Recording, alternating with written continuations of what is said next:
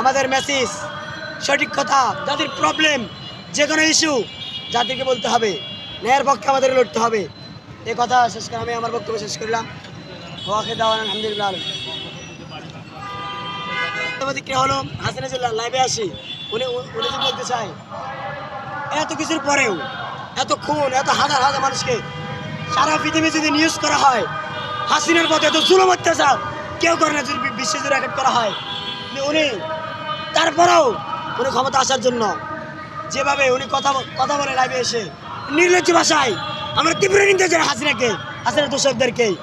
আমরা হাসিনার জাতি বঙ্গবন্ধু, আমাদের জাতির পিতা হল ইব্রাহিম, শেখ মুজিব ঘোড়ার ডিম। আমরা দেখতে চাই না হাসিনা বঙ্গবন্ধু তাদের ইতিহাস সব মুছে দিতে হবে।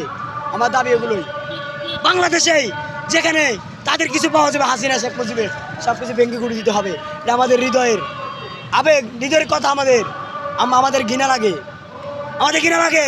এখানে আমরা ধানমন্ডি 32-এর ইট খুলে ফেলেছি আমরা বিল্ডিংয়ের। হাসিনাকে যদি পাইতাম আমরা গণভবনে, তার দেওয়া আলাদা যেতে দেয় শরীরে।